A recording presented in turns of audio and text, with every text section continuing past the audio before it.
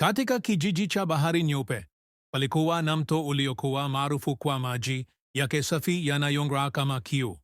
Wenyeji waliuita mto Nuru. Kila mtu aliamini mto huo ulikuwa na siri kubwa, lakini hakuna aliyewahi kugundua siri hiyo mpaka siku moja. Kijana mdogo aitwaye Juma alikuwa mvuvi mwenye ndoto kubwa.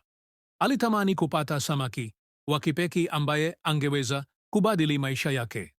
Asubuhi moja ya kiangazi, Juma aliamua kuvua katika sehemu ya mto ambayo hakuna aliyewahi kuthubutu kufika kwa sababu ya imani za kishirikina. Alipofika huko, alitupa nyavu zake na kusubiri kwa uvumilivu. Mara moja, alihisi mvuto mkubwa kwenye nyavu zake. Alipozitwa, aligundua kuwa alikuwa amevua samaki wa ajabu mwenye rangi ya dhahabu inayong'aa kama jua. Macho ya samaki huyo yalikuwa na mwanga wa kutisha lakini pia wa kuvutia.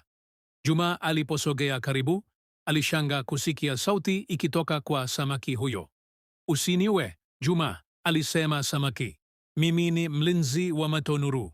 Ukiniokoa, nitakupa zawadi ambayo itabadilisha maisha yako."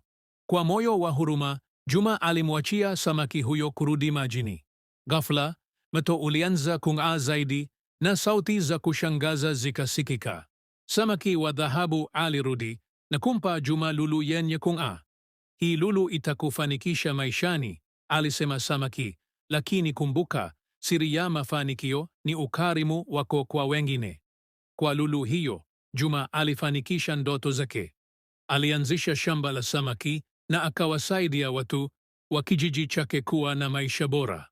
Lakini kila mara alipokuwa akitazama mto Nuru, alikumbuka samaki wa dhahabu na zawadi yake isiyokuwa ya kawaida.